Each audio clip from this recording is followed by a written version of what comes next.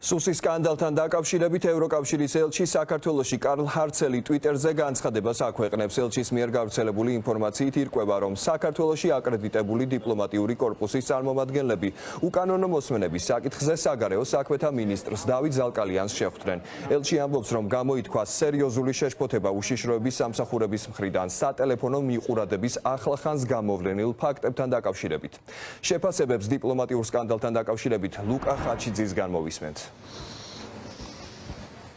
ხელისუფლების ოპონენტები აცხადებენ, რომ ქართული ოცნება ქვეყნის მეგობრებს ექცევა ისე როგორც მტრებს, რეალურ მტრებს კი სასათბურე პირობებს უქმნის და ამის ერთ-ერთ მაგალითად სწორედ დიპლომატებზე უკანონო მიყურადებას ასახელებენ. ოპოზიციური პარტიების ლიდერები აცხადებენ, რომ ძალიან მნიშვნელოვანია გამოძიებამ დაადგინოს რეალურად თუ ვინ იდგა ამ ჩანაწერების უკან, თუმცა ამის იმედი არ აქვთ, რადგან ამბობენ, რომ სწორედ ქართული ოცნება იყენებს უკანონო მიყურადებას როგორც ბერკეტს, რათა გავლენა მოახდინოს კონკრეტულ პირებზე და აკონტროლოს მათი პოზიციები, რადგან მათივე თქმით ქართულ ოცნებას ეშინია ყველაფრის, რაც კრიტიკულად არის განწყობილი მის მიმართ და პირებიც, რომლებიც კრიტიკულ პოზიციებს აფიქსირებენ სწორედ ქვეყანაში განვითარებულ მოვლენებთან დაკავშირებით. ხელისუფლების ოპონენტები დიპლომატების მიერ გავრცელებული განცხადების იმ ნაწილზე აკეთებენ აქცენტს, რომლის მიხედვითაც მისიების ხელმძღვანელებმა ფაქტად მიიღეს ის, რომ ისინი გახდნენ უკანონო მიყურადების ობიექტები და იქ არ არის გამოთქმული ვარაუდი. არავითარი ეჭვი არ არსებობს როგორც საქართველოს მოქალაქეების მხრიდან, ასევე ჩვენი საერთაშორისო პარტნიორებისგან, რომ ამ ქვეყანაში მიმდინარეობს ტოტალური მიყურადება და თვალთვალი. ყველა განცხადება მაღალი ჩინოსნებისგან ამ ქვეყანაში ადასტურებს, რომ ჩვენ გვაქვს პოლიტიკური მართლმსაჯულება, გვაქვს ტოტალური თვალთვალი და ამაში პრობლემას ვერ ხედავენ ქართული ოცნების წარმომადგენლები. მათი მხრიდან დადასტურდა, რომ დიახ, თუ საჭიროა ისინი მოусმენენ დიპლომატებსაც და ბუნებრივი ამას მოყავდა ძალიან მკაცრი, ძაფრი რეაგირება ჩვენი საერთაშორისო თელმა დიპლომატიურმა კორპუსმა აუცილებლად ჩათვალა დემარში გაემართა საქართველოს საგარეო საქმეთა მინისტრთან და საჯაროდ გაავრცელა დემარშის შინაარსი აჩვენებს ორ რამეს. ერთი, რომ ისინი სრულიად არიან დარწმუნებული იმაში, რომ მათზე ხორციელდება უკანონო მიყურადება და თვალთვალი შესაძლოა და ამავე დროს ცხადია, რომ ჩვენი სტრატეგიული ურთიერთობები დაზიანდა როგორც კონკრეტულ ქვეყნებთან, ასევე ევროკავშირთან და ნატოსთან, იმიტომ რომ საქართველოს ხელისუფლებამ ძალიან უხეშად დაარღვია საერთაშორისო სამართალი. ჩვენი მთავარი სტრატეგიული პარტნიორები, ამერიკელები და ევროპელები, იძულებული არიან დიპლომატიური დემარში განახორციელონ და ოფიციალური განცხადებით დაგმონ ის, რასაც ჩვენი უსაფრთხოების სამსახური აკეთებს. ეს არის უკიდურესად დამაზიანებელი ქართული დემოკრატიისთვის და ძალიან ცუდია, რომ ქართულმა ოცნებამ საკუთარი მოქმედებებით ასე დღეში ჩააყენა ქვეყანა. მით უმეტეს იმ კონტექსტში, როდესაც ეს არ არის ერთადერთი პრობლემური თემა საქართველოს და ჩვენი სტრატეგიული პარტნიორების ურთიერთობაში.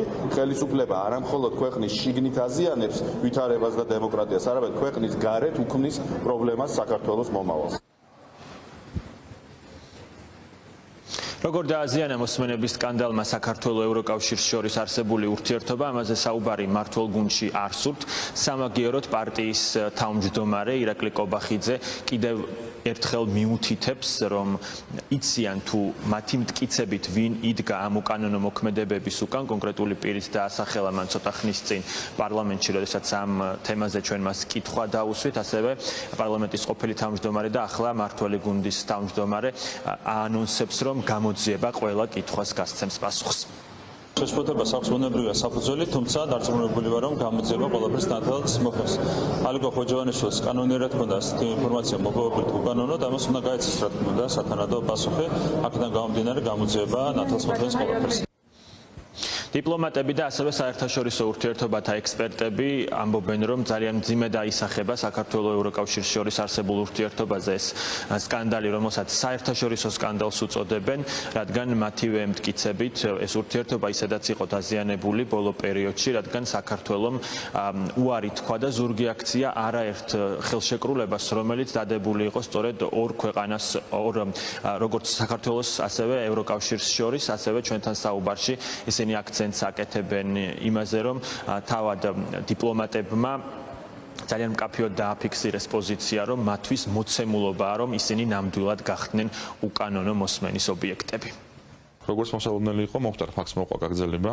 საქართველოს შეკეთებული დიპლომატები ეწვინენ საქართველოს საგარეო საქმეთა სამინისტროს, სადაც დააფიქსირეს თავიანთი პოზიცია და როგორც ტექსტთან იკვეთება, მათ ეჭვი არ შეაქვთ მოხდარში, ანუ ფარული მიყოლადების ფაქტს ისინი ეჭვის ქვეშ არ აყენებენ და შესაბამისად კიდევ ერთხელ განუმარტავენ საქართველოს საგარეო საქმეთა სამინისტროს, რომ ეს არის ვენის საერთაშორისო კონვენციის ძალიან უხეში დარღვევა. ელჩების ეს განცხადებაც არის არაპირდაპირ დადასტურება იმისი, რომ ავთენტური არის ეს ჩანაწერები. აქ ყველაზე მნიშვნელოვანი არის ის, რომ სამწუხაროდ საქართველოს დაარღვია ვენის კონვენცია და ამაზე იყო მითითებული. რეალურად არ არის არავინ დაინტერესებული ამის გამოძიებაში, იმიტომ რომ თუნდაც მე, რომელმაც რამდენჯერმე განაცხადე ღიად, რომ ჩემი ჩანაწერები არის ავთენტური, არავინ დამკავშირებია. დავით ზალკალიანს საქართველოს აკრედიტებული ელჩები რამდენიმე დღის წინ შეხვდნენ სამინისტროში. ფორმულას ინფორმაციით ამ შეხვედრაზე იმყოფებოდა ამერიკის შეერთებული შტატების ელჩი საქართველოში კელი დეგნანი, ასევე კარლ ჰარცელი, იაპონიის ელჩი, ასევე რომლებმაც მოითხოვეს განმარტებები ამ სკანდალთან დაკავშირებით, რაც გულისხმობს დიპლომატებზე უკანონო მიყურადებას. მადლობა, ეს იყო ლუკა ხაჩიძე.